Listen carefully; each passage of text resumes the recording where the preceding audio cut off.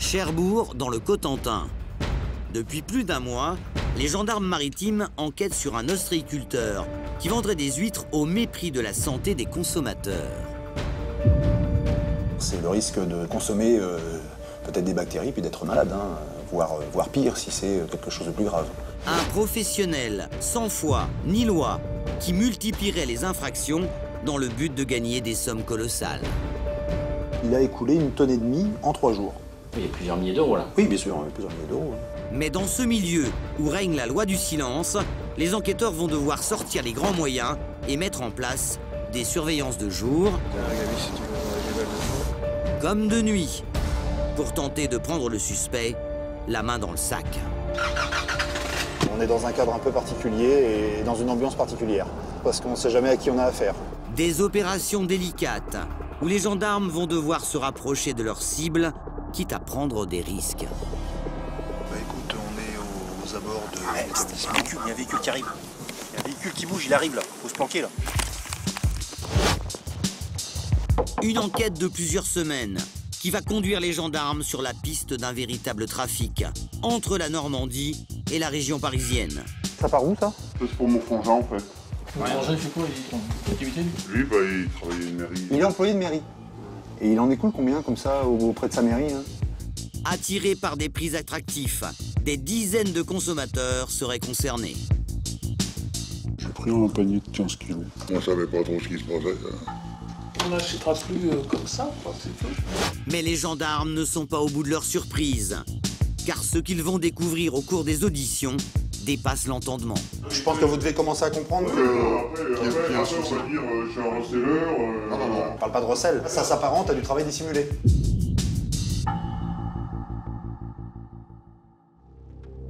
Chaque jour, sur toutes les plages de France, des centaines de promeneurs profitent de la marée basse pour ramasser des coquillages ou des crustacés. Une pêche parfaitement légale, qui peut paraître anodine, mais qui en fait est très réglementée, afin de protéger les ressources naturelles et parfois la santé des consommateurs. À 47 ans, Gabriel est gendarme maritime. Et l'une de ses missions, c'est de vérifier que les plaisanciers ne pêchent pas n'importe quoi, n'importe comment. Messieurs, dames, bonjour. Gendarmerie maritime. Est-ce que je peux voir le produit de votre pêche? S'il vous plaît. Grâce à ce pied à coulisses, le gendarme va pouvoir mesurer chaque espèce pêchée par ce groupe de jeunes. Est-ce que vous connaissez la réglementation concernant les tailles minimales de capture? On a essayé de deviner, bah, plus ou moins. Devinez. Pourtant, il est très facile de se procurer toutes les tailles réglementaires de pêche. Sur Internet, de nombreux sites existent qui détaillent avec minutie chaque espèce. Gabriel va maintenant contrôler la taille de ce homard. Est-ce que vous connaissez la taille minimale? C'est 8,5, non? Non, c'est 87 mm. Et vous le mesurez d'où à où? 8,7 de là jusqu'à... Non, non, c'est pas bon non plus. Donc vous n'êtes pas tout à fait au point avec la réglementation. Ça se mesure de l'arrière de l'orbite de l'œil, ici, jusqu'à la ligne distale du céphalothorax. Et ça doit faire 87 mm. Donc là, évidemment, il est loin de le faire. C'est pas de nous pincer, toi. Voilà, donc là, vous voyez, on est à 65. Donc ça, c'est trop petit. Au final, seules quelques pièces pêchées par ces jeunes sont sous taille. Alors, au lieu de les sanctionner, le gendarme maritime préfère cette fois faire un peu de prévention. Alors, on va s'en tenir à un avertissement sans frais pour aujourd'hui. Dans la mesure où ils sont vivants, ils peuvent être remis à l'eau. Mais sachez quand même que la pêche de produits sous taille, c'est un délit. Donc c'est une amende délictuelle. Autant dire que pour ce que vous avez, ça fait cher le kilo après. Hein. Une amende qui peut parfois atteindre les 300 € afin de dissuader les fraudeurs. Si on laisse tous les pêcheurs de loisirs prendre tout et n'importe quoi, eh bien il y a un risque qu'un jour il n'y ait plus ni crustacés ni coquillages à pêcher dans le secteur. En plus de surveiller notre littoral, les gendarmes maritimes assurent une mission essentielle pour nous consommateurs. Le contrôle régulier des fruits de mer qui sont servis dans nos assiettes pour éviter tout risque d'intoxication grave. Car un peu partout, les cas se multiplient. Comme ici en Loire-Atlantique, où en 2013, une dangereuse bactérie a empêché la consommation des coquillages pendant plusieurs semaines. Mais l'un des produits les plus surveillés par les gendarmes maritimes, car extrêmement recherché, c'est l'huître. Grâce à son littoral côtier long de plus de 5000 km, la France produit en moyenne plus de 150 000 tonnes d'huîtres par an, soit 4,7 kg toutes les secondes. Une production énorme dont la moitié est consommée pendant la haute saison. Les huîtres d'Arcachon, les huîtres de Marennes, je connais et j'aime beaucoup ça. Moi j'aime toutes les huîtres. Franchement, j'adore. Il y a un petit dicton qui dit que c'est dans les mois en R où les huîtres sont bonnes, donc du coup, j'adore ça, voilà. Durant cette période, les prix de ce précieux coquillage s'envolent et peuvent atteindre plus d'une vingtaine d'euros la douzaine dans les meilleures poissonneries. Un engouement qui nécessite des règles sanitaires très strictes, car l'huître est bien souvent dégustée vivante. Mais vous allez voir que cet amour des Français pour ce coquillage, qui vaut de l'or, peut conduire certains escrocs à enfreindre des règles, en élevant et en vendant des huîtres sans traçabilité ni aucune garantie sanitaire. De véritables réseaux de distribution parallèles qui mettent en péril la santé des consommateurs. À Cherbourg, dans le département de la Manche, la brigade de surveillance du littoral de la gendarmerie maritime se charge de nous protéger de ces braconniers de la mer. Et ce matin, l'adjudant Gabriel est loin d'imaginer que c'est simplement en ouvrant son journal qu'il va découvrir l'une des enquêtes les plus surprenantes de ces derniers mois. C'est là, dans les pages locales, qu'un article sur une vente d'huîtres lors d'une foire de la région va retenir son attention. Niveau publicité, on peut pas faire mieux, là. Ce qui interpelle Gabriel, c'est le nom de cet homme qui figure sur l'article. Un nom qui ne lui est pas inconnu. Car il y a quelques jours, le gendarme a reçu un document du procureur demandant l'ouverture d'une enquête sur un ostréiculteur du même nom. Alors Gabriel va se replonger dans le dossier transmis pour rechercher les soupçons qui pèsent sur ce professionnel. Il conditionnerait et vendrait en direct des huîtres alors qu'il ne possède pas l'agrément sanitaire requis pour ce type d'activité. Un délit grave, puni d'une peine maximum de 6 mois d'emprisonnement et de 15 000 € d'amende. Cet homme, qui écoulerait des coquillages sans traçabilité, apparaît donc en photo dans le journal, tout sourire sur un stand, en train de vendre des huîtres. C'est pas nécessairement frauduleux, mais il y a une suspicion, hein, disons. Hein. Il est peut-être en action de vente de coquillages sans en avoir les autorisations requises, quoi. Et en observant attentivement les photos, Gabriel remarque déjà un détail troublant. Normalement, déjà, là, sur les bacs qui sont présentés, on devrait voir l'étiquette sanitaire qui devrait accompagner les coquillages. Et là, a priori, c'est pas le cas. Effectivement, sur ces paniers en plastique devrait apparaître une petite étiquette sanitaire, pourtant obligatoire et très importante. Ça permet d'être sûr que les coquillages ne proviennent pas d'une zone insalubre ou qu'elles sont impropres à la consommation. Et voici à quoi ressemble une étiquette sanitaire. Un simple morceau de papier qui est une précieuse mine d'informations. Donc on y retrouve en principe la raison sociale de l'entreprise, enfin du producteur. Ce qui est très important, c'est ce petit ovale là, hein, dans lequel on retrouve le numéro du département en tête, le code de la commune, et puis le numéro d'attribution de l'agrément de l'entreprise. Ainsi, en cas d'intoxication alimentaire, cette simple étiquette permet aux autorités de savoir d'où viennent les produits mis en cause et de les retirer rapidement du commerce. Et c'est justement ce point qui inquiète Gabriel. Si l'ostréiculteur sur la photo écoule sans aucune traçabilité une marchandise impropre à la consommation, des centaines de personnes pourraient en être les victimes. C'est le risque de consommer peut-être des bactéries puis d'être malade, hein, voire pire si c'est quelque chose de plus grave. Au vu de ces éléments, Gabriel est donc très inquiet pour les consommateurs, d'autant que ce professionnel semble écouler de grandes quantités d'huîtres. Il est également mentionné que l'an passé, à ce même type d'événement, il a écoulé 1,5 tonnes en 3 jours. C'était présenté à 4 € la douzaine. L'année dernière, l'ostréiculteur aurait donc empoché près de 6 000 € avec cette vente d'huîtres en direct. Un business particulièrement lucratif. Mais était-il bien légal? C'est ce que Gabriel va maintenant chercher à découvrir, notamment en s'intéressant à la provenance de ces coquillages. Moi, je me pose des questions légitimes, je pense, sur l'origine des produits. Est-ce que ce sont vraiment des huîtres de Normandie? Est-ce que ce sont vraiment des huîtres issues de sa production personnelle? Des questions qui ne devraient pas rester longtemps sans réponse. Car l'élevage d'huîtres est une profession encadrée par l'État, avec des normes très strictes. et Gabriel dispose d'un moyen imparable pour savoir si cet homme est dans les règles. Le lendemain, c'est dans ce bâtiment appartenant à la direction départementale des territoires et de la mer que le gendarme va obtenir des informations capitales pour la suite de son enquête, notamment les noms de tous les ostréiculteurs de la région. Et Gabriel semble très content de ce qu'il a trouvé. La personne que j'ai rencontrée a pu me fournir des renseignements et même de la documentation. Il semblerait que cet ostréiculteur a des choses à se reprocher. Ce que Gabriel a découvert, c'est que l'ostréiculteur qui ne respecterait pas les normes sanitaires pourrait être aussi en infraction avec la loi qui régit notre littoral.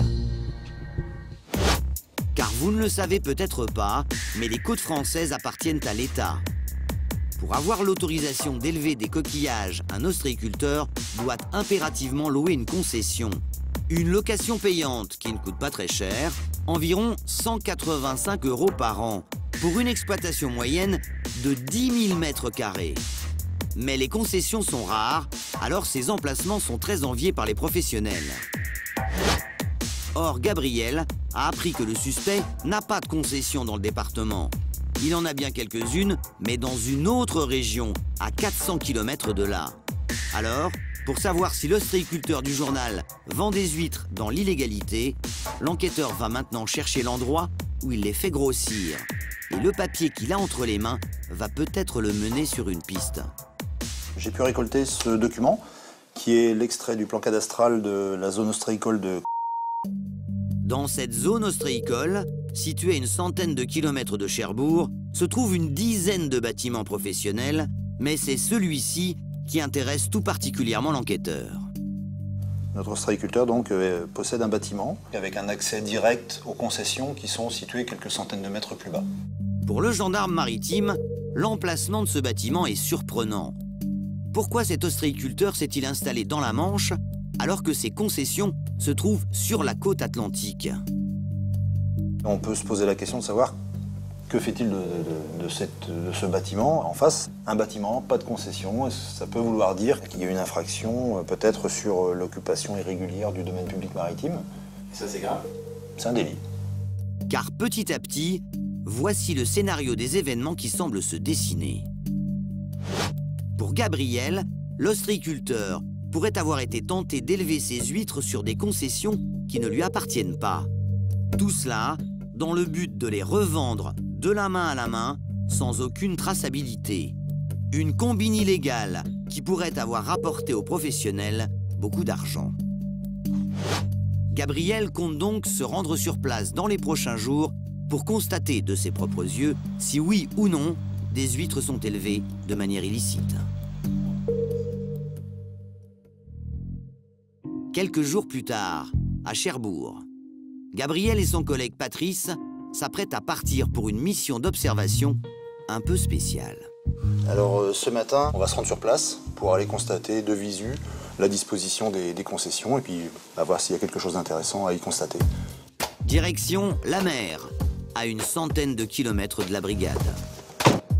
Après plus d'1 heure de route, les gendarmes maritimes arrivent sur l'Estran, un morceau de littoral qui ressemble à une plage, mais qui en fait n'en est pas une, car cette zone de sable est totalement immergée à marée haute. C'est sur cette zone bien spéciale que sont élevées les huîtres dans des poches en plastique. Comme dans le milieu ostréicole, tout le monde se connaît, nous garderons ce lieu secret. Avant de partir effectuer un petit repérage des lieux, Gabriel va d'abord chercher à localiser le bâtiment du suspect. On est là. Ouais. On est ici, là. Précisément, on est ici. Le bâtiment qui nous intéresse, c'est celui qu'on aperçoit juste à la droite du bâtiment vert. Sans plus attendre, les gendarmes maritimes partent à bord de leur 4x4, à la recherche de la moindre anomalie. Grâce aux services de l'État, ils disposent de photos aériennes précises des lieux, des photos où toutes les concessions sont répertoriées. Ce qu'il faut rechercher aussi, c'est peut-être ces petits enrochements là. Tu crois que c'est des enrochements, ça? Non. Bon, c'est pas sûr, hein. Moi, j'ai pas vu d'enrochement au départ des tables. On peut aller voir un petit peu plus loin sur la gauche. Au milieu de toutes ces tables, qui se ressemblent entre elles, il est difficile de distinguer une concession d'une autre. Mais avec son expérience du terrain, Gabriel va rapidement trouver ce qu'il est venu chercher. Là, tu as ce grand espace vide. On voit bien que ça ne correspond pas tout à fait. Les gendarmes viennent de remarquer des tables qui ne figurent pas sur les plans. Des tables qui ne devraient donc pas être là. Pour moi, c'est celle-ci, là. Et les tables... Après un rapide coup d'œil alentour, plusieurs rangées de tables retiennent l'attention des gendarmes maritimes. Entre cette concession située ici à gauche et cette autre située ici à droite. Et voici ce que cela donne dans la réalité.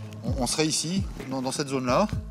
Par contre, entre la concession qui est à droite et celle-ci qui est devant nous, là, l'espace devrait être un petit peu plus grand. Donc je pense que ces tables-là, il y a un doute sur la régularité de leur présence, on va dire.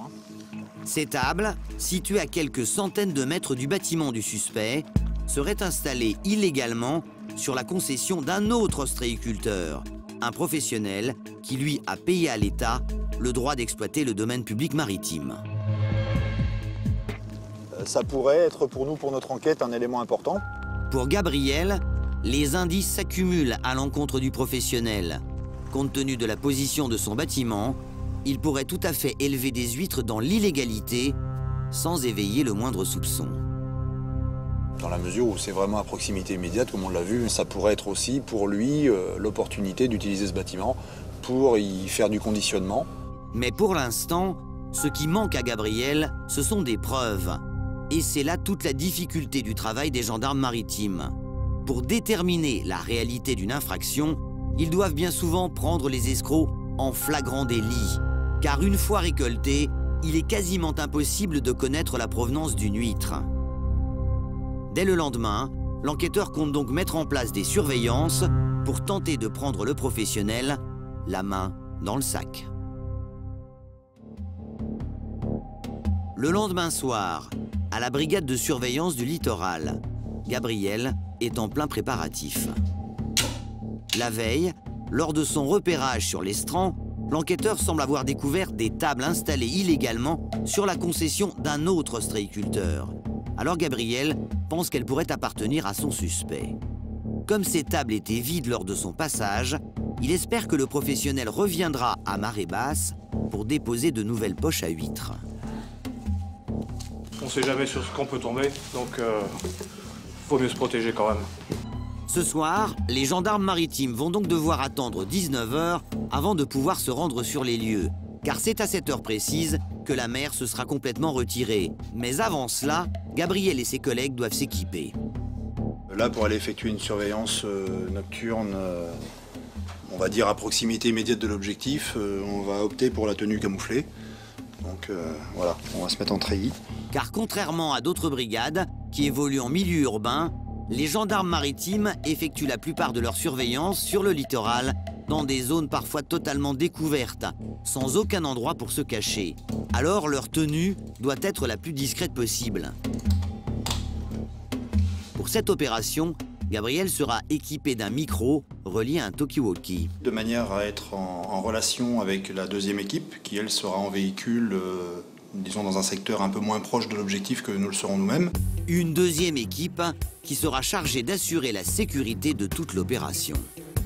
Si on constatait une activité qui cadre avec les infractions recherchées, on peut envisager d'effectuer un contrôle immédiat.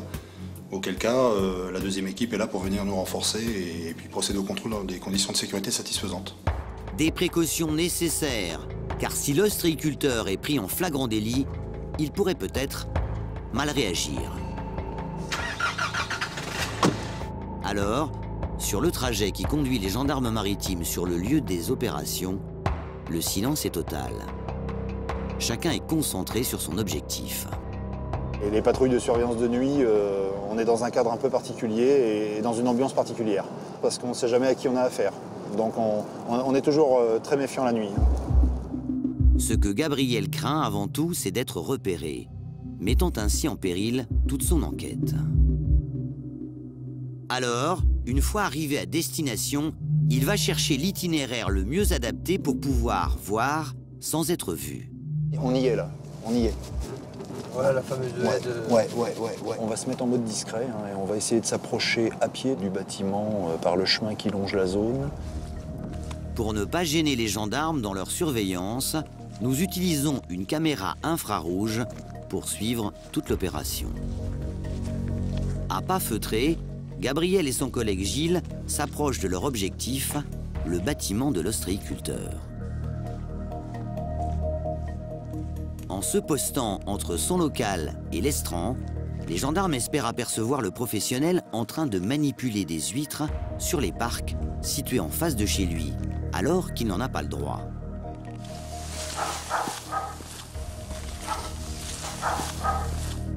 Mais après seulement quelques minutes passées dans le noir le plus total, les ennuis commencent déjà.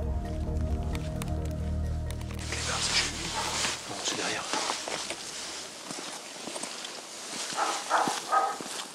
Je suis pas sûr. Les gendarmes ne s'y attendaient pas, mais un chien semble avoir détecté leur présence. Des aboiements qui pourraient alerter l'ostréiculteur. Gabriel décide donc de rebrousser chemin pendant quelques minutes afin que l'animal se calme. JC de Gabi, tu m'en reçois? L'enquêteur s'apprête à signaler sa nouvelle position à la voiture restée en retrait, quand soudain... Ok, bah écoute, on est aux abords de l'établissement. Il y a un véhicule qui arrive. Gabi, il y a un véhicule qui arrive. Qui part? Il y a un véhicule qui bouge, il arrive là. Faut se planquer là. Il va sortir là. 2 phares viennent d'apparaître à quelques dizaines de mètres seulement des gendarmes. Gabriel et son collègue sont à découvert, ils n'ont que quelques secondes pour réagir. C'est bien le tracteur d'un ostréiculteur qui vient de passer devant eux. À l'heure de la marée basse, les professionnels sont à pied d'œuvre sur l'estran. Mais de leur poste d'observation en pleine nuit, impossible pour Gabriel et ses hommes d'identifier le conducteur du véhicule. Alors, les gendarmes vont essayer d'épier le local avec leurs jumelles à vision nocturne pour détecter le moindre mouvement. Parce que là, t'as l'impression qu'il y a tout le rez-de-chaussée, le bas des Vélux qui est allumé. Et si ça se trouve, c'est une lumière, c'est une veilleuse. Bah, c'était pas allumé tout à l'heure. Bah ouais, c'est pourtant ce qui me semble. Ah bah c'est sûr. Ouais, mais C'était pas allumé. Ouais, mais je suis d'accord avec toi, on a vu personne rentrer. Postés à une cinquantaine de mètres du bâtiment, les gendarmes ont du mal à discerner quelque chose dans la nuit noire. Et la pluie, qui tombe à grosses gouttes, n'arrange pas les choses. Alors pour vérifier s'il y a bien quelqu'un dans le local, Gilles, le collègue de Gabriel, part en reconnaissance, avec le risque de tomber nez à nez avec le suspect.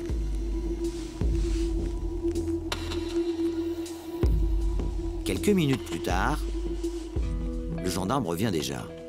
T'as réussi? Ah ouais, je suis à la porte. Elle est un petit peu entrebâillée, donc j'ai pu voir un peu le trait de lumière qu'il y avait à l'intérieur. Bon, il y a zéro activité, il n'y a personne dedans.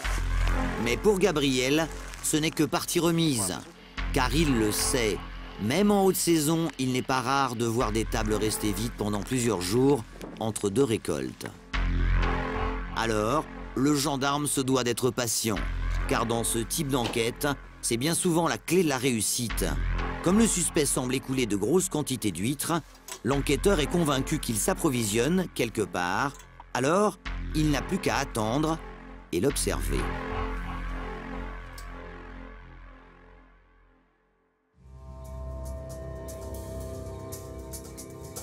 Pendant plus de 2 semaines, Gabriel et ses collègues de la brigade de surveillance du littoral vont mettre en place des surveillances autour du local de l'ostréiculteur mis en cause. Ce qui est important, c'est qu'on se projette à proximité immédiate sans être directement au contact pour pas se faire trop remarquer non plus. Les gendarmes maritimes observent tous les allers-retours sur l'estran. Mais ils n'aperçoivent que des ostréiculteurs qui sont bien en règle, en train de travailler sur leur parc à huîtres. Quant au suspect, il semble avoir totalement disparu. Ah ouais, ça nous arrange pas la cerise. Mais après quelques jours d'attente, l'ostréiculteur va enfin faire sa réapparition. Ils seraient en train de travailler des paniers qui sont dans les bassins. Ils sont en train d'en sortir, d'en remettre. Bon, pour l'instant, ils travaillent à ça, mais ouais, ils manipulent. Mais voilà, pour l'instant, on n'a pas le choix que d'attendre. Car si le suspect travaille bien dans son local, il ne s'est pas encore rendu sur les parcs situés juste en face pour travailler des huîtres. Gabriel doit donc faire preuve de patience s'il veut prouver que cet homme élève illégalement des coquillages sur le littoral. Car pour l'incriminer, il doit impérativement le prendre en flagrant délit. Mais les journées passent et toujours rien à signaler. L'enquêteur commence sérieusement à s'impatienter. De toute façon, là, on n'a plus le choix, c'est aujourd'hui. Oui, mais les tables, on n'a rien constaté. Ah bah, on n'a rien constaté. Bah, t'as constaté qu'il était sur les tables? Non. Bah, oui. Mais vous allez voir que la persévérance du gendarme va bientôt finir par payer. Ce jour-là, en fin d'après-midi, Gabriel et ses collègues sont postés à 500 mètres du local du suspect, prêts à intervenir. Tandis qu'un de leurs collègues est en planque près de la plage. Sa mission, observer les mouvements de l'ostréiculteur suspect, lorsque soudain, au bout du fil, le gendarme explique aux collègues de Gabriel qu'il a aperçu au travers de ses jumelles le véhicule d'un poissonnier sur le parking du local. L'homme serait en train de charger des huîtres. Pour Gabriel, c'est le moment ou jamais d'intervenir. Là, on y va, là. Il faut lancer les hostilités, là. D'accord. Ouais. À cet instant, le gendarme ne sait pas encore ce qu'il va trouver dans le local. Mais la réussite de toute son enquête va peut-être se jouer dans quelques secondes. Même si les gendarmes sont venus le plus rapidement possible, le véhicule du poissonnier a déjà disparu. Mais pour Gabriel, pas question de passer à côté d'une telle opportunité. Il va maintenant chercher à savoir s'il y a bien quelqu'un à l'intérieur du local. Un simple coup d'œil à travers la serrure permet aux gendarmes de s'assurer qu'il y a bien de l'activité à l'intérieur. Ça bosse dedans, hein. On entend bosser, on entend les huîtres qui... Ça bosse dedans. Ouais, ça bosse. Bah, qui ouvre, hein. Voilà. Voyons, on va tambouriner, il va ouvrir. Hein. Les gendarmes cernent le bâtiment en silence. Le suspect n'a aucun moyen de leur échapper. Dans quelques instants sur D8, les gendarmes maritimes vont découvrir l'impensable. Ça part où, ça? C'est pour mon frangin, en fait. Un trafic d'huîtres au prix alléchant pour les consommateurs. Alors, combien vendez-vous ces bourriches? Quand c'est plus gros, ben, ça va jusqu'à 12,50. Mais potentiellement dangereux pour leur santé. Vous vous procurez des coquillages qui ne sont pas conformes sur le plan sanitaire. Donc nous, on est en droit de se dire, ce monsieur, il va les mettre sur le marché. D'audition en contrôle, Gabriel va s'apercevoir qu'il a mis la main sur un business bien rodé. C'était des bourriches de quelle quantité? J'avais des petites bourriches de 4 kg et 10 et 15 kg. Mensonge, petite combine ou fraude, l'enquête de Gabriel ne fait que commencer. Même si les gendarmes sont venus le plus rapidement possible, le véhicule du poissonnier a déjà disparu. Mais pour Gabriel, pas question de passer à côté d'une telle opportunité. Il va maintenant chercher à savoir s'il y a bien quelqu'un à l'intérieur du local. Un simple coup d'œil à travers la serrure permet aux gendarmes de s'assurer qu'il y a bien de l'activité à l'intérieur. Ça bosse dedans, hein. On entend bosser, on entend les huîtres qui... Ça bosse dedans. Ouais, ça bosse. Bah, qui ouvre, hein. Voilà. Voyons, on va tambouriner, il va ouvrir. Hein. Les gendarmes cernent le bâtiment. Le suspect n'a aucun moyen de leur échapper. Le silence s'installe.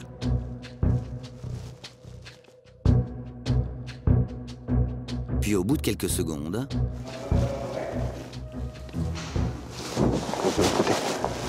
Gabriel se précipite de l'autre côté du bâtiment pour retrouver le suspect. L'homme est visiblement surpris de voir débarquer les gendarmes maritimes dans son local. Monsieur, bonjour. Messieurs, bonjour.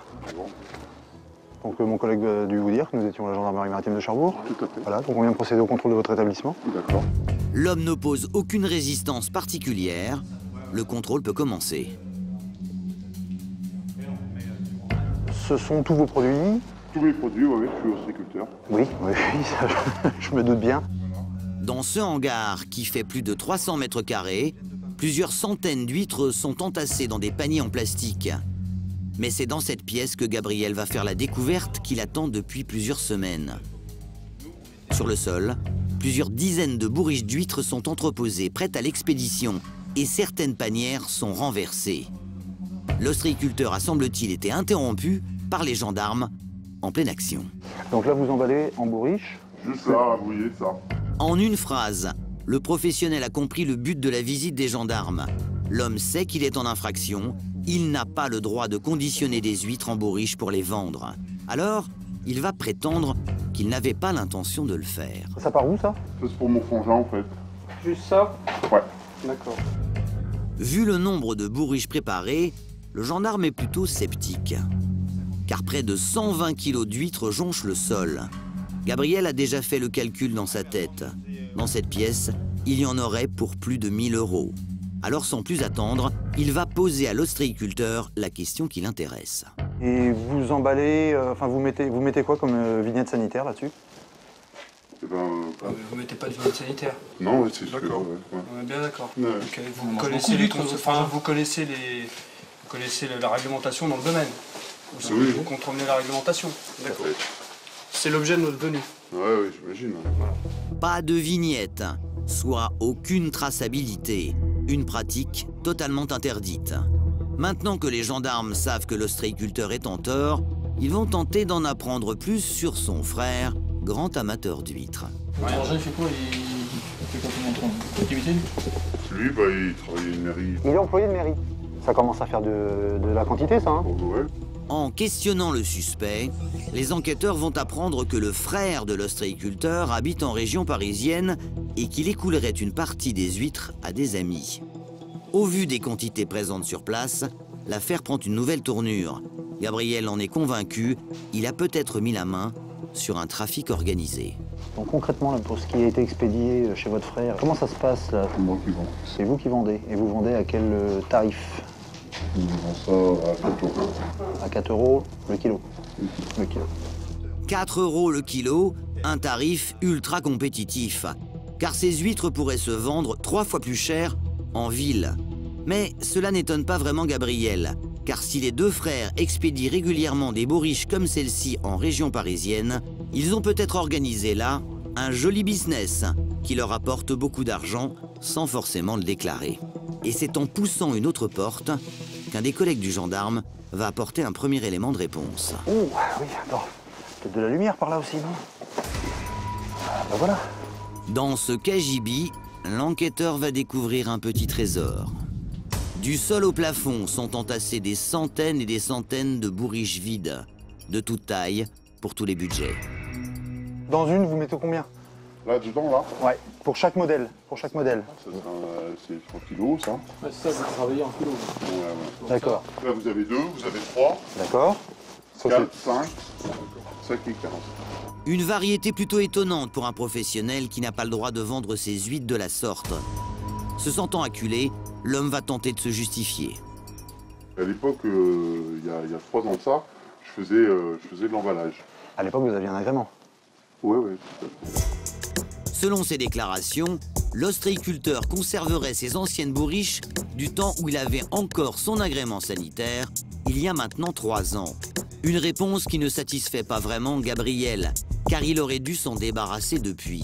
Le dossier des gendarmes s'épaissit de minute en minute, alors ils n'hésitent pas à poursuivre leurs recherches dans les endroits les plus inattendus. Qu'est-ce que vous cherchez? Des étiquettes, de la facturation, de la comptabilité, n'importe quoi qui puisse permettre de reconstituer son activité, un petit détail.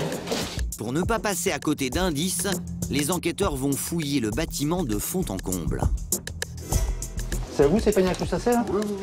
Pendant plus d'1 heure, ils vont tout inspecter, tout photographier, mais rien de nouveau à signaler. Alors, à la fin de son contrôle, Gabriel va revenir avec l'ostréiculteur sur l'événement qui a tout déclenché. La possible vente d'huîtres à un poissonnier de la région. Mais là encore, l'homme va fournir aux gendarmes une réponse plutôt étonnante. Il s'agira en fait d'un simple troc. 80 kg d'huîtres contre 20 kg de tourteaux. Ouais. Et ça fait la même, Ça fait pareil. la même valeur? Même valeur. Ouais. Et vous, ces tourteaux, vous en faites quoi? C'était pour moi, mon père, voilà. D'accord. À des fins personnelles. Ouais. Et ils sont où ces tourteaux? Ils sont dans le bassin. Ils sont dans le bassin. Ouais. Eh ben, on va aller le voir, le bassin. Et effectivement, en se rendant à l'arrière de la bâtisse, Gabriel va découvrir les crustacés tranquillement plongés dans un bassin, une quinzaine au total. Le panier qui est là, d'accord. Il n'y a que ça dans votre bassin? D'accord.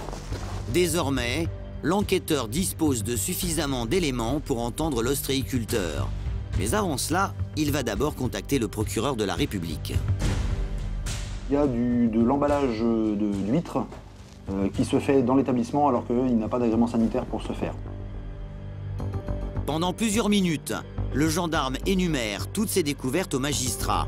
Pour lui, cette audition est cruciale s'il veut découvrir ce qui se cache derrière ce présumé commerce illégal d'huîtres. Il y a dans l'établissement 121,5 kg qui sont colisés et donc qui étaient prêts à partir. Donc voilà, c'est ce qui concrétise l'infraction de mise sur le marché de coquillages sans agrément. Et comme c'est vendu apparemment 4 € le kilo, vu la quantité, ça représente une petite somme, quoi. Voilà. Au vu des éléments en sa possession, le procureur autorise l'audition du suspect en tant que témoin. Il n'est pas placé en garde à vue. Bon ben je vous remercie, monsieur le procureur. Merci, bonne soirée, au revoir. Gabriel va donc devoir convaincre l'ostréiculteur de suivre les gendarmes de son plein gré pour être entendu. Vous n'êtes pas placé en garde à vue, vous serez auditionné dans le cadre normal, on va dire, parce qu'on va devoir s'expliquer sur certains points quand même. Mais voilà, mais par contre, il faut qu'on aille au bureau pour ça. Accompagné des gendarmes, le suspect part donc pour Cherbourg, car c'est dans les locaux de la brigade de surveillance du littoral qu'il va être entendu. Après 3 semaines d'enquête, Gabriel espère enfin obtenir toutes les réponses à ses questions. Ce qu'on attend de cette audition, c'est qu'il nous explique un petit peu plus en détail la manière dont les huîtres sont vendues en région parisienne, déjà pour cet aspect-là. Et puis également éclaircir l'exploitation du domaine public maritime au niveau des concessions qui se trouvent sur l'estran. Et puis on va essayer d'orienter nos questions de manière à éventuellement faire apparaître des éléments nouveaux. Si Gabriel a pu constater que l'ostréiculteur mettait des huîtres en bourriche sans étiquette sanitaire, il aimerait maintenant connaître l'ampleur de ce trafic présumé. Mais avant cela, il va commencer son audition en demandant tout simplement aux professionnels d'où viennent ces huîtres. Donc pouvez-vous nous dire quelle est la provenance de vos huîtres? Une question toute simple qui va demander beaucoup de réflexion à l'ostréiculteur. Alors, il faut être précis.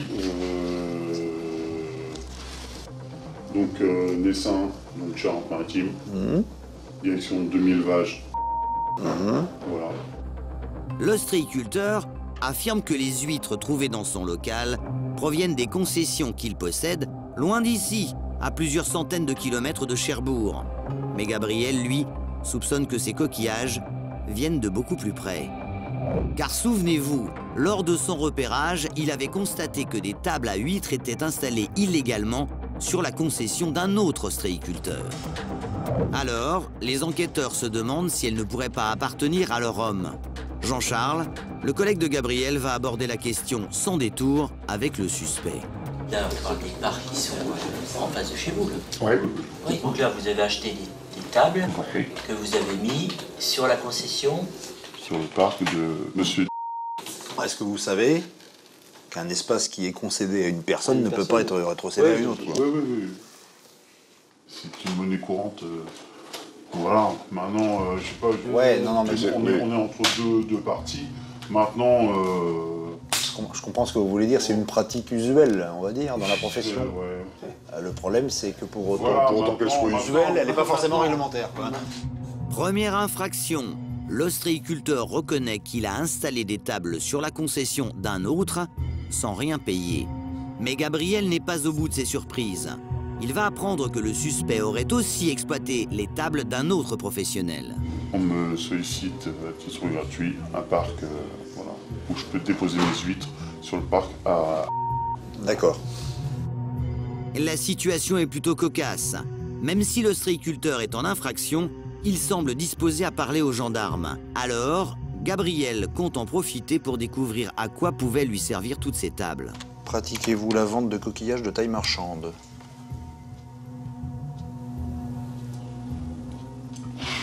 Je le fais là, oui. En temps normal, non. En temps normal, non. Alors, apposez-vous un étiquetage indiquant l'origine du produit? Non. Non. Donc vous n'apposez aucune étiquette.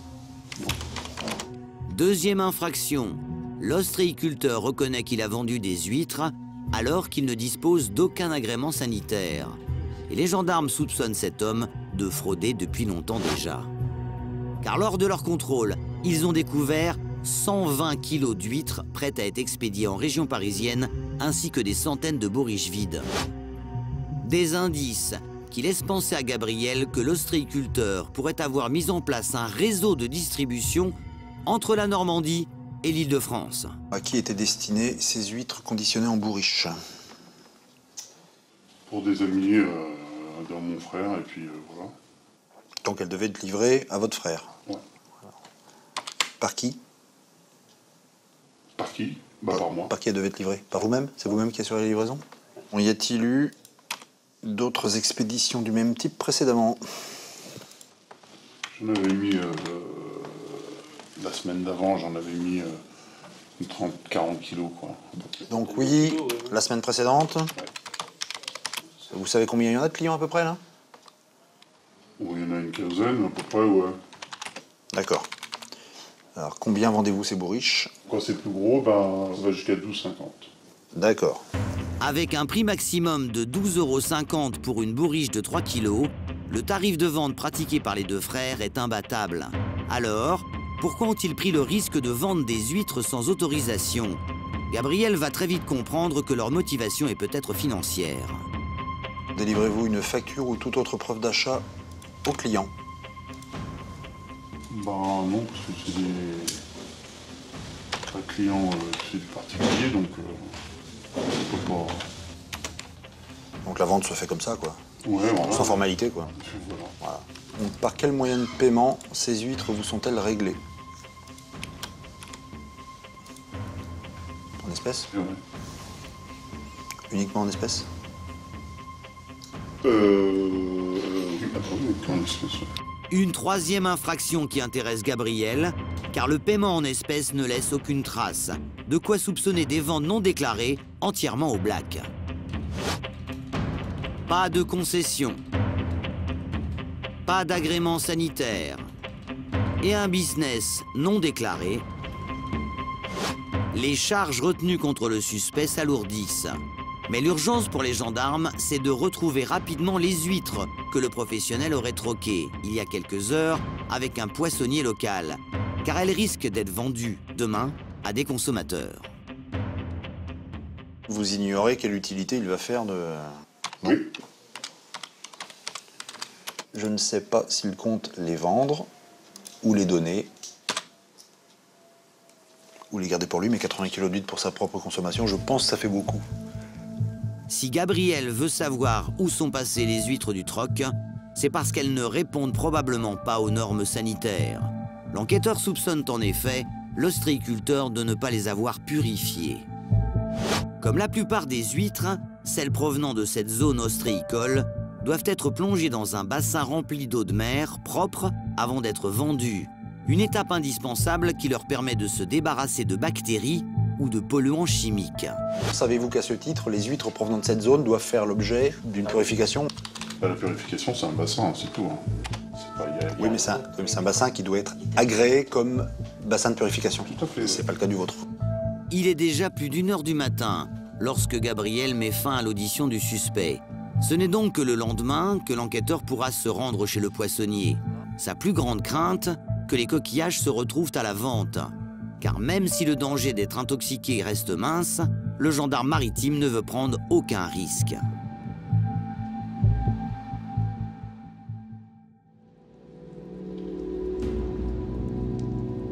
Le lendemain, à la première heure, nous retrouvons Gabriel.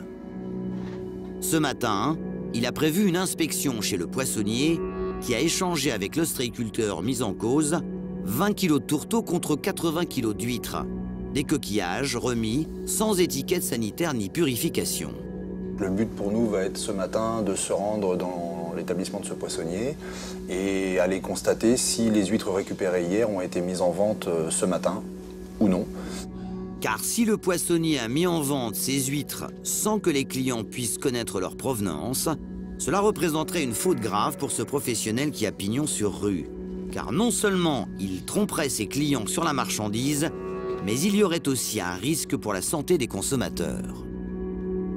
Alors si effectivement on retrouve les huîtres sur l'étal de ce poissonnier, il va falloir qu'il nous explique dans quelles conditions il les a acquises et s'il est au courant que les huîtres n'ont pas subi la phase de purification. Pour en savoir plus, Gabriel part aussitôt pour la poissonnerie, à quelques kilomètres de Cherbourg. Avec son collègue Jean-Charles, il compte bien découvrir où les huîtres non purifiées sont stockées et empêcher leur possible mise en vente. Le jour est à peine levé, mais les magasins sont déjà ouverts dans cette petite zone d'activité commerciale. Tiens, il y a une page d'eau. Chez le poissonnier, des clients sont déjà en train de passer commande. Derrière le comptoir, les gendarmes aperçoivent l'homme qui a été formellement identifié par un collègue la veille. Envoyer de la bourriche. Un simple coup d'œil permet à Gabriel de constater que des bourriches sont disposées sur le présentoir du poissonnier. S'agirait-il des huîtres de l'ostréiculteur mis en cause? L'enquêteur ne va pas tarder à le savoir. Bonjour. C'est juste pour qu'on discute hors la vue de vos clients. C'est dans votre intérêt à vous, quoi. Les gendarmes entraînent le poissonnier dans l'arrière-boutique. Ils veulent pouvoir lui poser toutes les questions nécessaires sans affoler les clients. En fait, on vient vous voir dans un but précis. Oui. Hier, vous avez pris des huîtres chez monsieur. Tout à fait. Hein, on est d'accord? Bien sûr. On peut les voir? Non, c'était parti à la poubelle, ils sont dans le pont. Gabriel ne s'attendait pas à ça. Le professionnel semble s'être débarrassé précipitamment des coquillages, mais pour quelle raison? Vous avez été prévenu par monsieur? Il m'a appelé, oui. Ah, d'accord. Elles sont dans le port du... Ils sont dans le pont, ils n'ont pas y aller, hein, Mais elles n'ont rien à faire dans le port du... en fait. Hein. Oui, parce que moi, ils m'ont fait, bon, je pense que vous savez l'histoire, ils voulaient des tourteaux. Moi, Ouais. ils me donnaient un peu vite, c'était pour faire plaisir à des copains. Ouais, non, mais vous, ce que je veux dire, c'est que vous n'avez pas à rejeter des coquillages comme ça dans le port. Hein. D'accord. Parce que moi, ce que je voulais pas, c'est qu'on en arrive, de dire, bah, tiens, monsieur, chercher des huîtres pour remettre à vente au magasin. C'était le but de notre visite. Le poissonnier assure qu'il n'avait nullement l'intention de mettre les huîtres du suspect en vente. Selon lui, il s'agissait d'un simple troc pour une consommation personnelle. Mais qu'aurait-il fait s'il n'avait pas été prévenu? C'est ce que le gendarme va maintenant chercher à découvrir. Bon, vous vouliez en faire quoi de ces huîtres? Moi, c'était pour faire plaisir à deux copains. J'ai des copains qui ont fait un petit coup de main sur le bateau. Ils m'ont fait un petit peu de 80 kilos? Je sais pas, moi. C'était pas... C'est juste histoire qu'on arrive à notre petit troc de tourteaux, voilà. Face à l'importance des quantités concernées, Gabriel est plutôt perplexe. Il a du mal à croire cette version des faits, d'autant que ce professionnel est parfaitement au courant des règles sanitaires concernant la vente des coquillages. Ce qui me gêne, c'est que vous êtes un professionnel des produits de la mer et que vous procurez des coquillages qui ne sont pas conformes sur le plan sanitaire. Donc nous, on est en droit légitimement, je pense, de se dire, ce monsieur, il va les mettre sur le marché. Alors, pour vérifier si le poissonnier n'a pas d'autre chose à se reprocher, Gabriel va s'assurer qu'il respecte bien la législation en termes d'étiquetage des produits. On va quand même procéder au contrôle de ce que vous avez en coquillage, oui, notamment, hein, et en particulier les huîtres, naturellement. C'est l'objet de notre contrôle. Et puis si vous avez d'autres coquillages, on jette un œil sur les étiquettes sanitaires et sur les factures. Ça marche? Ok. Le poissonnier semble être prêt à coopérer. Pour être en règle, ces produits doivent être vendus avec une étiquette assurant leur traçabilité. Gabriel va débuter son contrôle par les bourriches d'huîtres qu'il a remarquées en arrivant tout à l'heure. Celle-là, je peux me permettre de jeter un coup d'œil parce que je vois pas le... Ah ouais, ok, d'accord, elle était de l'autre côté, c'est pour ça. Le gendarme scrute chaque bourriche une par une et rien ne lui échappe. Et celle-là... Ça vient de chez... Oui. Et il y a une vignette là-dessus, ou pas?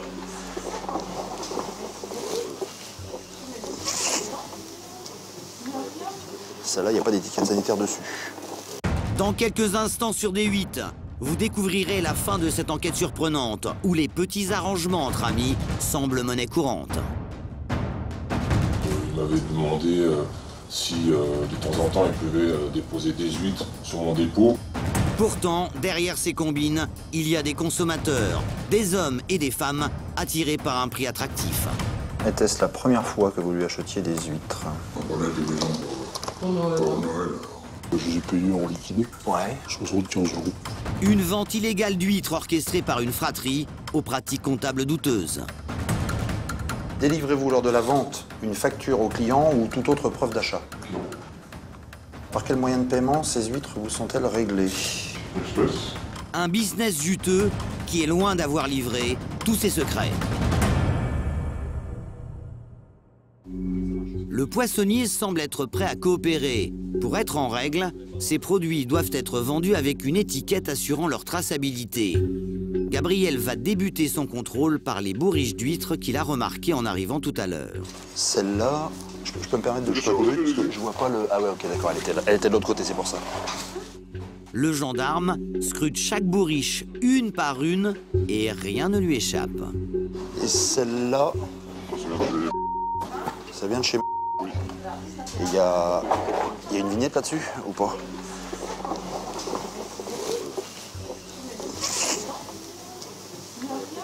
Celle-là, il n'y a pas d'étiquette sanitaire dessus. Ouais. Pas d'étiquette sanitaire sur des huîtres qui viennent d'un grossiste en alimentation. Il semblerait que ce professionnel ne soit pas très pointilleux en matière d'information aux consommateurs. Les gendarmes vont donc se lancer dans un contrôle un peu plus poussé en vérifiant aussi la taille des coquillages vendus. Et à plusieurs reprises, ils vont tomber sur des produits sans étiquette. Je vais vous demander de la mettre immédiatement. Et il n'y a pas sur les encornets non plus. Et il n'y a pas sur la vieille non plus. D'accord.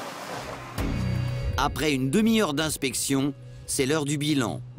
Aucune trace d'huître suspecte dans le magasin, mais plusieurs infractions constatées. Il manquait 5 étiquettes d'information consommateur sur les dalles. Il manquait pour l'encornet, il manquait pour la vieille, il manquait pour les queues de lotte, il manquait pour les tourteaux vivants et il manquait pour les langoustines. C'était 5 produits pour lesquels il n'y avait pas d'information client. Vous savez que c'est obligatoire, naturellement. Donc pareil. Ouais, non mais voilà. Vous avez certainement plein de bonnes raisons. Par contre, une prochaine fois, lors d'un contrôle, évidemment, un homme est averti en valant deux. Si je devais constater la même chose, forcément, je me montrerais un peu moins indulgent. D'accord ? Cette fois-ci, le gendarme fait preuve de clémence. Un simple avertissement au lieu d'une amende qui peut aller jusqu'à 1 500 € pour vente de produits sans étiquette sanitaire. Mais désormais, le poissonnier est prévenu. Très bien. Ok, ça marche. Parfait. Bon, bah à bientôt. La mission est remplie pour les gendarmes.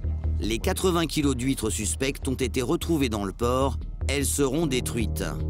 De ce côté-là, tout danger est écarté. Mais l'enquête est loin d'être terminée pour Gabriel. Désormais, il va essayer de démanteler le trafic qu'il pense avoir découvert, un commerce d'huîtres illicite entre Cherbourg et la région parisienne. Car durant son audition, l'ostréiculteur a reconnu qu'il avait expédié 2 grosses cargaisons d'huîtres chez son frère pour les revendre. Alors, pour tenter de savoir depuis quand durent ces échanges et connaître leur fréquence, Gabriel compte sur une nouvelle audition, celle du professionnel qui a prêté une partie de sa concession à l'ostréiculteur pour qu'il élève ses huîtres. Un acte totalement illégal sur lequel les gendarmes comptent s'appuyer pour faire parler leur homme.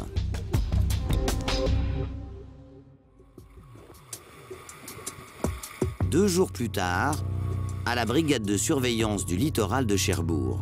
Est-ce qu'il existe est-ce qu'il y a une contrepartie? Bon, on va nous dire que non, naturellement, mais bon... Faut poser la question quand même. Ouais. Gabriel et Jean-Charles préparent l'audition de cet après-midi. Car pour amener l'ostréiculteur qui a prêté sa concession à se livrer, ils vont devoir faire preuve d'habileté. Dans cette affaire, l'homme va être entendu comme simple témoin et donc, rien ne l'oblige à parler. Les enquêteurs s'attendent déjà à ce que la partie soit difficile. On préfère préparer déjà un petit canevas d'audition, de manière à déjà faire un petit peu le point sur les questions utiles et nécessaires au dossier. 1 heure plus tard, Gabriel et son collègue Jean-Charles sont prêts. C'est bon? Je l'imprime? Pour entendre le témoin, les gendarmes maritimes vont se rendre dans une commune située à une 50aine de kilomètres de Cherbourg. Dans une brigade territoriale, toute proche de son domicile. Gabriel espère que le professionnel confirmera la fraude et surtout qu'il livrera de précieux renseignements pour la suite de l'enquête. Pour l'instant, on n'a que la version du mis en cause. Maintenant, on va essayer d'approfondir un petit peu la chose, notamment essayer de savoir depuis quand dure ce prêt, savoir s'ils ont conclu un contrat, est-ce que c'est un accord verbal entre eux, quel est l'intérêt pour lui de prêter une partie de sa concession, sachant que ça peut représenter un manque à gagner. Car même si les gendarmes recherchent des preuves contre l'ostréiculteur qui écoule illégalement de la marchandise, l'homme qu'ils vont entendre va devoir justifier son geste auprès des forces de l'ordre. Un angle d'attaque idéal pour l'audition à venir. Après une petite heure de route, les enquêteurs arrivent à destination. Bonjour. Bonjour. Je vais vous laisser mon bureau. Ah bah super. Vous pouvez vous installer là. Alors ah bah voilà. normalement. Super. Il arrive à quelle heure? 15h30. 15h30. Sans perdre de temps, Gabriel et Jean-Charles s'installent. L'ostréiculteur qu'ils attendent doit arriver d'une minute à l'autre. Mais les minutes passent et personne ne se présente. Au bout d'une demi-heure, Gabriel commence à perdre patience. Pour lui, cette longue attente est mauvais signe. Ça m'énerve, ça. Ça m'énerve, ça. Pour l'enquêteur, cette audition est primordiale. Peut-être le début d'une nouvelle piste à exploiter. Il doit donc garder son calme et tenter de faire venir le témoin par lui-même, car légalement, il ne peut pas le forcer à se présenter devant eux. Oui, monsieur. Oui, bonjour, c'est la gendarmerie maritime de Cherbourg. Oui, bonjour. Vous avez pas oublié quelque chose des fois? Si, j'ai oublié mon... Enfin, j'ai pas oublié, c'est juste que là, je vais entrer, là, et donc du coup, j'ai... Ouais, parce que ça fait une heure qu'on vous attend à la brigade de quand même. Ouais. Bah, vous comptez venir ou pas? Bah, moi, j'habite juste à côté, je suis là dans 5 minutes. D'accord. Bah, 10 minutes, quoi. Eh bah, c'est parfait. Très bien. Eh ben, on vous attend. On vous attend, alors. Très bien, merci. Ok, ça marche. Bon, ben voilà. Sans ce coup de fil, l'homme ne serait sans doute jamais venu. Il n'avait manifestement pas pris cette convocation très au sérieux. Mais après cette conversation, difficile de faire faux bond aux enquêteurs. Un quart d'heure plus tard, l'ostréiculteur franchit le portail de la gendarmerie. Bonjour, adjoint. La BSC de Cherbourg. Vous allez pouvoir vous installer ici si vous voulez. Pour ne pas l'intimider, Gabriel va commencer par des questions anodines pour cerner l'homme qui se trouve en face de lui. Êtes-vous détenteur de concessions ostréicoles? Oui. Donc oui, vous pouvez me les localiser? J'ai des concessions Saint-Germain. Alors, donc oui. J'en ai un petit peu à... Petit à petit, l'enquêteur va amener le témoin sur le terrain qui l'intéresse. Ses liens présumés avec l'ostréiculteur mis en cause. Quelle relation avez-vous avec monsieur? C'est juste un ami, quoi. Enfin, un ami. Une connaissance, enfin, un ami dans le métier, quoi. Une connaissance professionnelle, quoi. Voilà. Après avoir obtenu la confirmation que les deux hommes se connaissent, Gabriel va maintenant aborder avec l'ostréiculteur le prêt supposé de sa concession au suspect. Est-ce que vous pouvez m'expliquer un petit peu pour quelles raisons vous avez été amené à lui prêter? Non, je ne prête pas. Vous lui prêtez pas? Il m'avait demandé si de temps en temps il pouvait déposer des huîtres sur mon dépôt, parce qu'il a, en fait, il a pas de dépôt. Du coup, je suis dans oui, tu le déposes, et puis voilà, c'est tout. Ok, d'accord. Et ça remonte à quand à peu près? Bah, je sais pas, parce que moi, je l'avais dit une fois, après, j'avais pas dit non plus qu'il pouvait s'en servir tout le temps, donc... D'accord. J'ai dit juste une fois. Quoi. Mais quand vous lui aviez dit, ça remonte à quelle époque à peu près? Bah, c'était l'année dernière, je crois. Une déclaration intéressante pour Gabriel. Même si l'accord entre les deux ostréiculteurs semblait exceptionnel, il se pourrait que le suspect en ait profité plus que de raison. Donc depuis, vous avez constaté qu'il avait continué ou? Bah oui, parce que moi, quand j'avais déposé les huîtres, j'avais les huîtres. Moi, j'ai pas osé après lui dire, bon, écoute... C'est donc grâce à une tolérance usuelle que le mis en cause aurait pu mettre en place un commerce illicite d'huîtres depuis 1 an déjà. Une période suffisamment longue pour en retirer un bénéfice. Gabriel se demande donc si le témoin aurait pu en profiter. Monsieur vous dédommage-t-il d'une manière ou d'une autre pour vous remercier de ce service rendu? Non. Donc il n'y a aucune contrepartie financière, ni d'une autre nature qu'il soit. Voilà. Si l'homme semble surpris d'une telle question, l'enquêteur doit maintenant savoir s'il a prêté gratuitement sa concession en toute connaissance de cause, c'est-à-dire dans l'illégalité. Est-ce que vous connaissez la réglementation fixant le régime de l'autorisation des exploitations de cultures marines? Je connais certains points. Non mais allez-y, je vous laisse vous expliquer, je vous en prie. Hein. C'est pas une exploitation, je veux dire, c'est juste un dépôt, il met ses poches, il les reprend, je veux dire. C'était vraiment pour rendre service, quoi. Là, parce que là, vous me faites des belles paroles, mais si ça avait été vous à ma place, là, vous auriez fait quoi? Un collègue à vous, vous avez un dépôt. Je peux pas vous dire parce que je suis pas à votre place justement. Bah oui, je suis à la mienne et la mienne elle est de constater des infractions et voilà. Donc, mais vous vous sentez pas agressé? Je vous pose des questions. Non, parce mais que... bon, ça paraît un petit peu obscur. Enfin, attendez, on pourra en parler, on va développer un petit peu ce qu'il y a à dire, mais il n'y a pas lieu de, je vous assure, de prendre la mouche. Hein. L'ostréiculteur semble avoir compris qu'il était en infraction avec la législation du littoral. Alors, subitement, il va se montrer beaucoup moins coopératif avec les gendarmes. Comme c'est pas conforme à la réglementation, ça constitue une infraction. Donc est-ce que pour vous, est-ce que vous reconnaissez l'infraction ou est-ce que... Non. Non? D'accord. Pourquoi vous estimez ne pas être en infraction? Parce que je suis pas en infraction. Il faut arrêter de jouer un petit peu les rabat-joie. Ah ben... je suis pas là pour jouer les rabat-joie, monsieur. Moi, je suis là pour faire mon boulot. Voilà, donc pour moi, mon boulot, c'est de constater des infractions. Le fait est que voilà, l'infraction, elle existe. Maintenant, vous avez tout à fait le droit de ne pas la reconnaître. Et... Je ne la reconnais pas, évidemment, je la reconnais pas. Si vraiment je savais que je viendrais jusqu'ici, là, me faire convoquer comme un criminel, vous croyez que je l'aurais prêté? Bah non, je me doute que non, oui. Gabriel a compris que le témoin n'en dira pas plus. Alors il décide de mettre fin à l'audition. Tenez, avant de procéder à la signature, vous pouvez relire entièrement. Donc c'est en 2 pages. Après une signature, l'homme ressort de la gendarmerie. Bon ben voilà, écoutez, on va pouvoir vous laisser rentrer chez vous tranquillement. Voilà, allez, au revoir. Au revoir. Pour Gabriel, c'est l'heure du bilan. Je pense qu'il était de bonne foi, effectivement, je pense qu'il a voulu rendre service. Il n'a pas trop pensé à mal. Et en fait, il a autorisé l'ostréiculteur mis en cause pour utiliser, on va dire, 1 ou 2 rangées, d'après ce qu'il nous a dit. Après, apparemment, ça a perduré plus qu'il n'était prévu au départ. Et puis, il n'a pas trop osé lui dire d'arrêter. Les gendarmes peuvent désormais regagner Cherbourg. On est pas mal sur ce coup-là. Grâce à cette audition, ils commencent à cerner un peu plus le profil de leurs 2 suspects. Il y a d'abord l'ostréiculteur, qui semble s'arranger avec la loi et cumulerait les infractions. Occupation illicite du domaine public maritime. Vente de coquillages sans purification réglementaire. Conditionnement d'huîtres en bourriche sans étiquette sanitaire.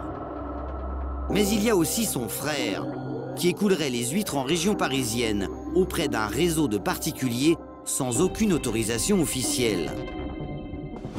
Alors, pour déterminer le rôle précis de cet homme dans ce trafic, les enquêteurs vont organiser un rendez-vous pour l'auditionner. On va contacter le frère de l'ostréiculteur, qui aurait écoulé une certaine quantité d'huîtres qui auraient été conditionnées en bourriche, sans agrément sanitaire. Gabriel sait que l'homme a dû avoir l'ostréiculteur au téléphone et qu'ils ont peut-être mis en place une stratégie de défense. Alors l'enquêteur va tout de suite lui faire comprendre qu'il n'est pas dupe. Oui, monsieur. Oui, bonjour, monsieur. C'est la gendarmerie maritime de Cherbourg, dans le département de la Manche. Je vous contacte, vous êtes certainement déjà un petit peu au courant par votre frère. J'aurais besoin de vous entendre également. Oui. Le frère semble plutôt coopératif.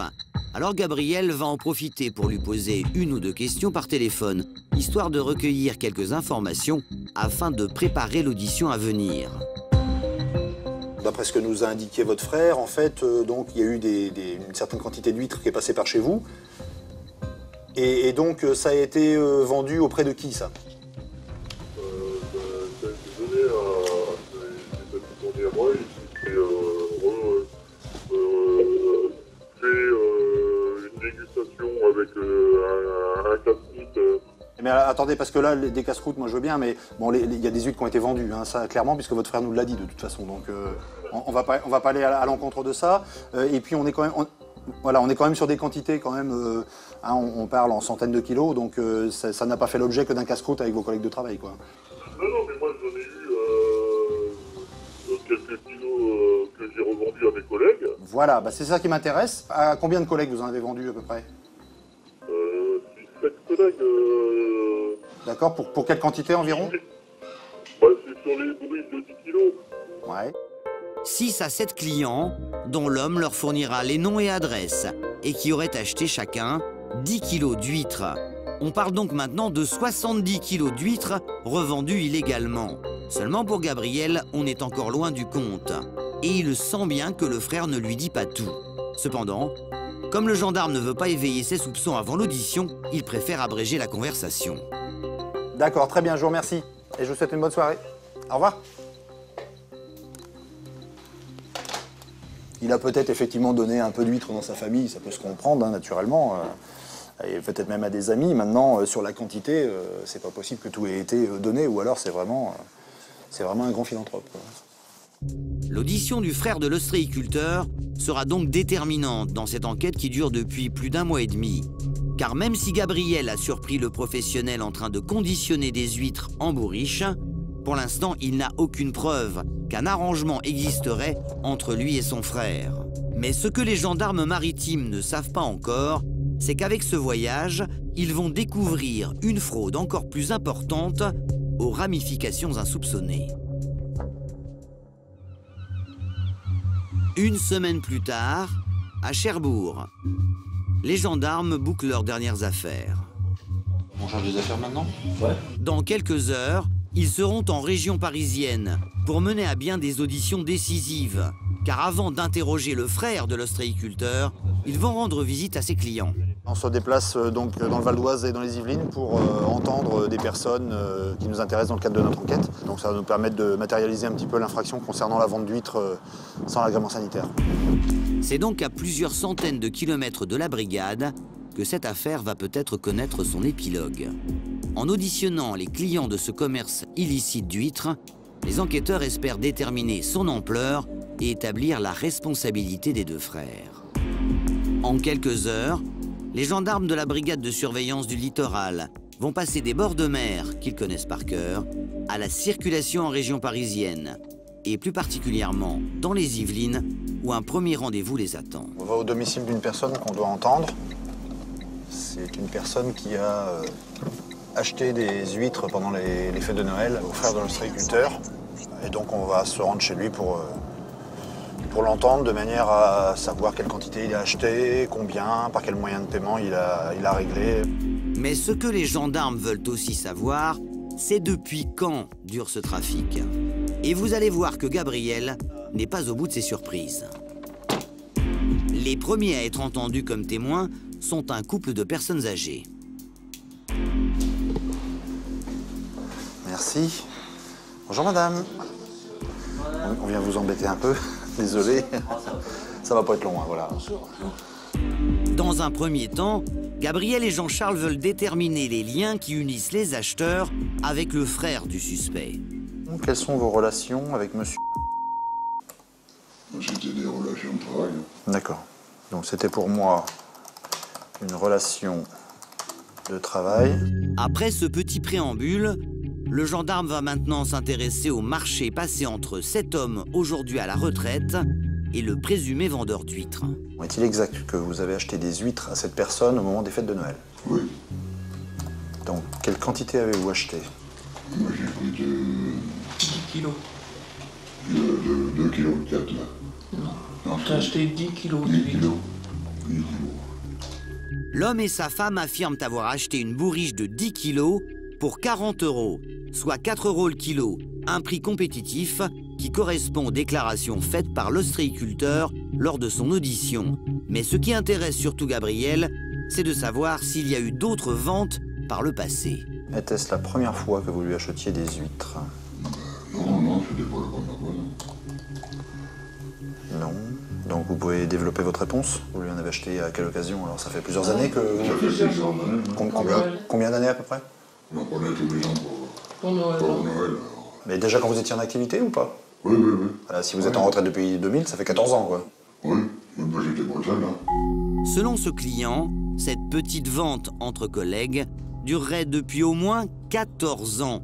Une déclaration intéressante, car elle établirait la régularité de ce commerce illicite. Attirés par un tarif imbattable, ces consommateurs en ont oublié toute prudence. Avez-vous bien supporté les coquillages après ingestion? Vous n'avez pas été malade? Jamais? Puisque c'est là-dessus que porte le problème. Réglementairement, elles sont censées subir une phase de purification pour leur laisser le temps de se débarrasser de choses qui pourraient avoir filtré. Et, voilà. Les deux clients semblent surpris. Visiblement, ils ont consommé ces coquillages sans trop savoir d'où ils provenaient. Moi, je ne savais pas trop ce qui se passait. C'est tout ce que j'ai à dire, je ne peux pas dire plus. On n'achètera plus comme ça, quoi, c'est tout. Entre copains ou un truc comme ça, quoi. Enfin... Gabriel met fin à l'audition et n'oublie pas de faire au passage un peu de prévention. Je vous invite, moi, effectivement, d'être un petit peu plus prudent dans vos achats de coquillages. Vous assurer que la traçabilité sanitaire est possible, voilà, hein, et que les coquillages proviennent bien d'une production réglementaire. C'est aussi pour votre sécurité et puis pour vos droits de consommateur. Hein, voilà. Un dernier salut. Au revoir madame, merci de votre accueil. Et les enquêteurs partent déjà. Toute la journée, ils vont rencontrer plusieurs clients qui ont acheté des huîtres aux frères de l'ostréiculteur mis en cause. Comme ce monsieur, qui lui aussi a été alléché par le prix attractif proposé. Combien avez-vous acheté ces huîtres et par quels moyens vous les avez payées?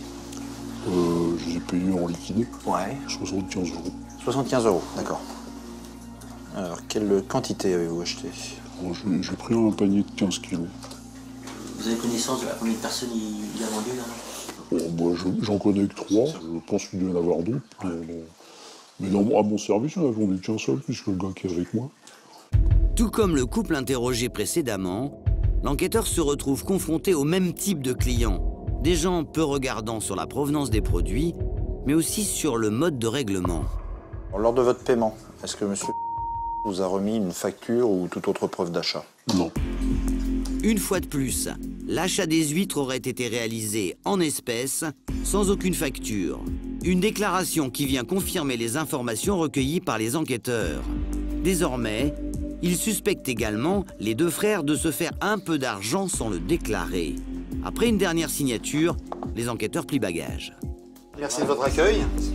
Fort de ces témoignages, Gabriel et Jean-Charles vont préparer l'audition du lendemain. La plus importante pour eux, celle qui pourrait faire basculer leur enquête. S'ils n'obtiennent pas d'aveu de la part du frère de l'ostréiculteur, les gendarmes maritimes auront beaucoup de mal à prouver l'existence de ce trafic d'huîtres qui ne laisse aucune trace.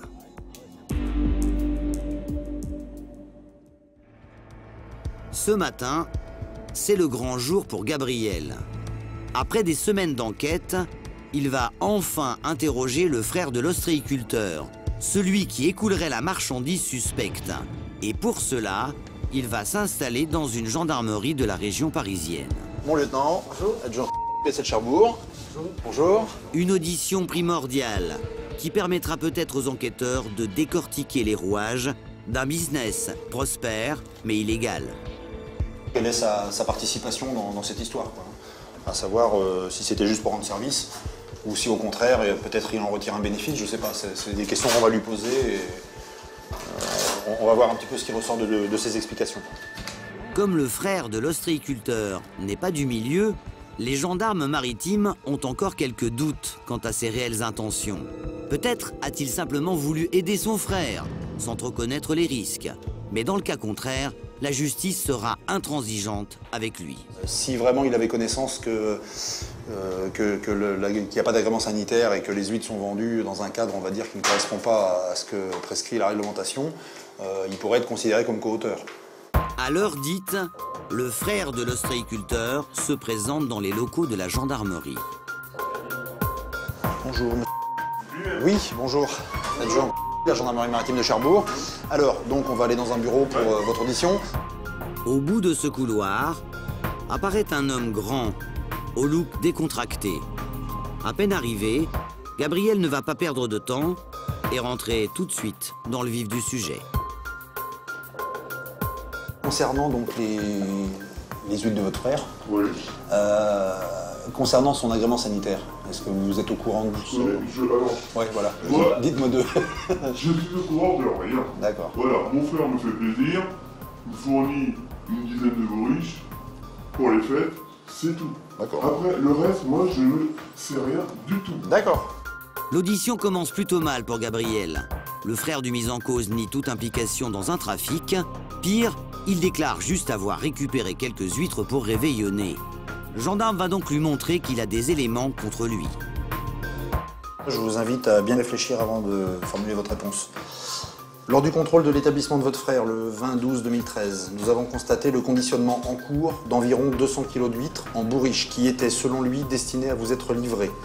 Par ailleurs, il a également déclaré que 50 kg vous avaient été livrés par lui-même la semaine précédente. Qu'avez-vous à déclarer à ce sujet? J'aime bien mon frère, mais là, non, je crois qu'il y a une erreur. Ce sont ses déclarations. Oui. C'est pas, on n'a rien inventé. Hein. Oui, non, on ne se permettrait pas. Non, mais voilà.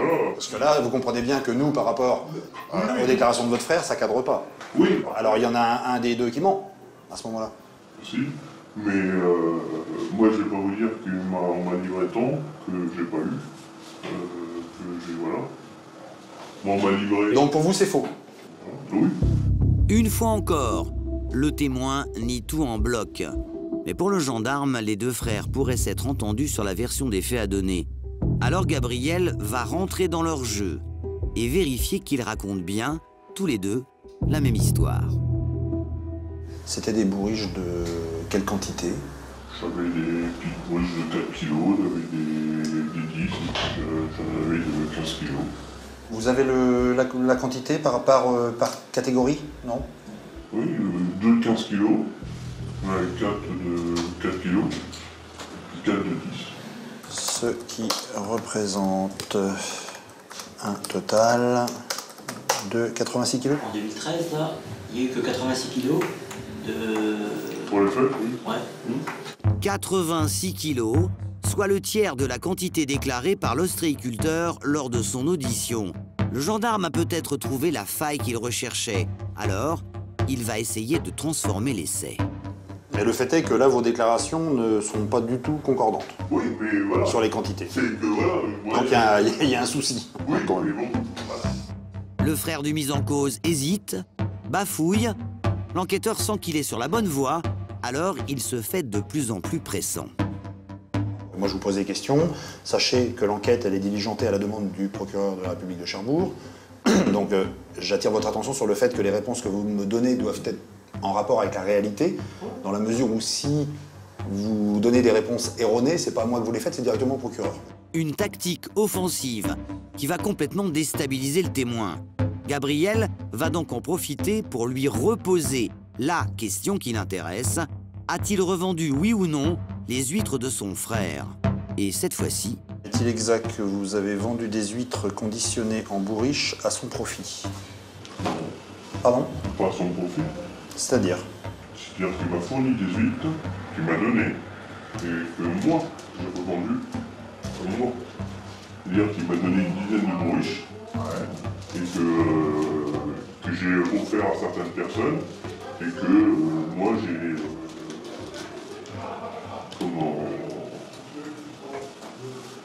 revendu... voilà. En quelques secondes, l'homme a fait volte-face. Il vient même de reconnaître devant les gendarmes maritimes qu'il a bien tiré un bénéfice de la vente des huîtres non purifiées de son frère. Gabriel ne compte pas s'arrêter en si bon chemin. il va maintenant aborder avec lui la comptabilité de toutes ces transactions. Délivrez-vous lors de la vente une facture au client ou toute autre preuve d'achat? Donc non. Donc ça se fait de la main à la main, quoi. Oui. Par quel moyen de paiement ces huîtres vous sont-elles réglées? Espèce. Le frère du mis en cause n'oppose plus aucune résistance et parle aux gendarmes d'un air détaché. L'homme ne semble pas avoir bien pris conscience des faits qui lui sont reprochés.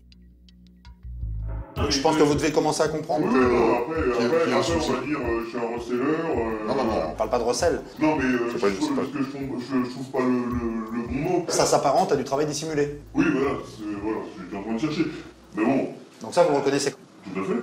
D'accord. Travail dissimulé. Le frère de l'ostréiculteur ne semble pas se rendre compte de la gravité de ses actes. Pourtant, aux yeux de la justice, il risque désormais une peine de prison de 3 ans et 45 000 € d'amende. Au revoir.